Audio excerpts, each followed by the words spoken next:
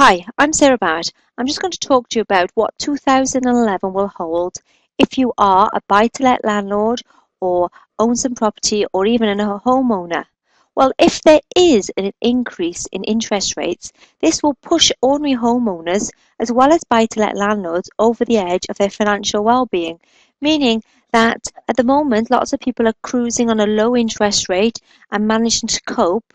But if interest rates do rise, it means that properties have little or no equity, people won't be able to refinance, and if you're an investor, it's going to be even tougher next year. So you need to put some strategies in place. What's happening is obviously traditional financing, the way you used to get a mortgage or remortgage when you've got a bit of equity in the property, is not around anymore.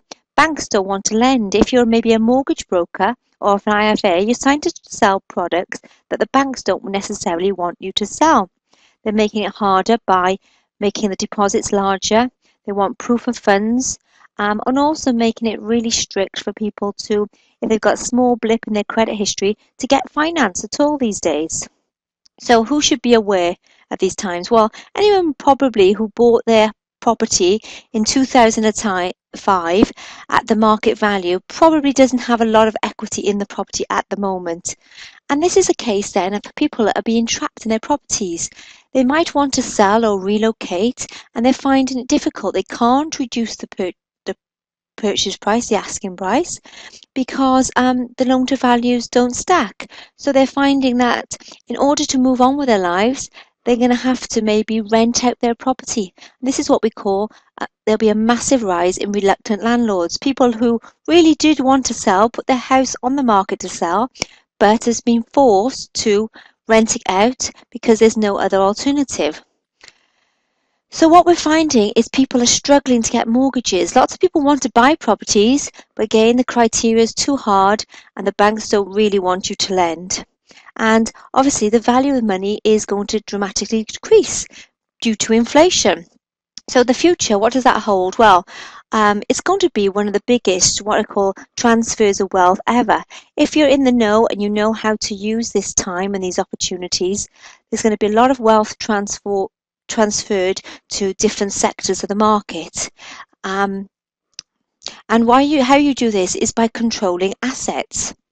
Now, an asset can be something like a property, but it's how you control that asset which is the way forward. So if you had an asset like a property, it's all about controlling it, not necessarily owning it, but control. And that debt on that property can equal, if you use it in a strategic way, great wealth for the future. So people who own assets or control them and know how to manage debt can attain great wealth. It's going to be a year or a couple of years of incredible opportunities, but the key is that you need specific strategies that you can use in this market. Like we said, the ways of traditional investing, getting a mortgage, are really long gone now at the moment. And so what you need what we call like a toolbox of strategies, things that will work in these times. It's times that now that people will make the biggest wealth. And one of these strategies is something called lease options. This is a method of controlling property, controlling assets, not having to qualify for mortgage, not having to put down big deposits, but it's a way, obviously, to control the asset or the property. And how we do this is we need to educate vendors and agents, estate agents, that there are different ways to buy in properties. You don't just have to put it on the market and wait for somebody to come along and get a mortgage. There's far more creative ways that you can trade, buy and sell properties, and lease options is one of them. Other tools are maybe assisted sales, where you help the vendor to move on by negotiating different strategies and different ways you can buy. Also, you might say to the vendor that you could pay them part of the property now, part later. We've done that with a couple of couples that we've moved on. Also, maybe you want to use the vendor as the financing, as the bank. Maybe you'll pay them an interest rate, or you'll agree a term that you'll pay them the property's price over time.